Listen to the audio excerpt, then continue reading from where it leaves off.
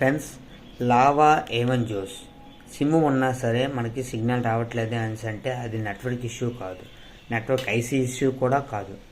So మనం sim ఎలా పెట్టాలి, ఎలా చెందాలని చెప్పేసి నేను ఒకసారి చూపిస్తాను చూడండి. సిమ్ ఆల్రెడీ ఇందులో ఉంది, చూసారా మీరు.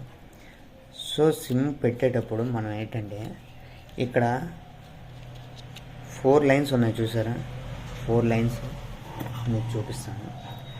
ఇక్కడ మనం చూసుకున్నట్టయితే ఇక్కడ 4 ఉన్నాయి. సో ఈ 4లో ఈ లాస్ట్ వన్ అనేది డమ్మీ అన్నమాట.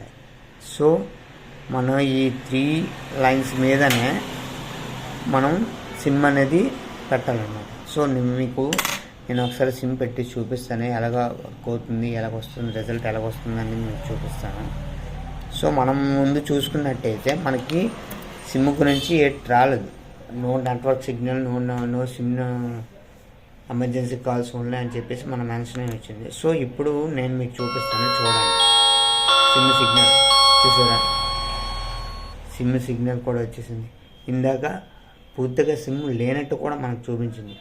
ఇక్కడ చూసుకున్నట్టయితే చూసారా, ఫుల్ సిగ్నల్ వచ్చింది చూడండి, ఫుల్ సిగ్నల్. సో ఈ ట్రిక్ చాలామందికి తెలియక, చాలామందికి ఇది తెలియట్లేదు. ఇది చిన్న ట్రిక్ అంతే. ఇది చాలామందికి తెలియదు అనమాట. సో మనం ఏంటనుకున్నామంటే నెట్వర్క్ ఐసీ ఇష్యూ అనుకుంటాం. సో నెట్వర్క్ ఐసీ ఇష్యూ కాదు, జస్ట్ ఒక సిమ్ పెట్టేటప్పుడు చిన్నది డమ్మీ ఇవ్వడం వల్ల మనం కన్ఫ్యూజ్ అవుతాం అంతే. Thank you for watching. So మీకు ఇటువంటి టిప్స్ అండ్ ట్రిక్స్ కావాలని అంటే మన ఇన్స్టాగ్రామ్ అకౌంట్ని అండ్ ఇంకా మన యూట్యూబ్ అకౌంట్ని కూడా ఫాలో అవ్వాల్సిందిగా కోరుచున్నాను. Thank you.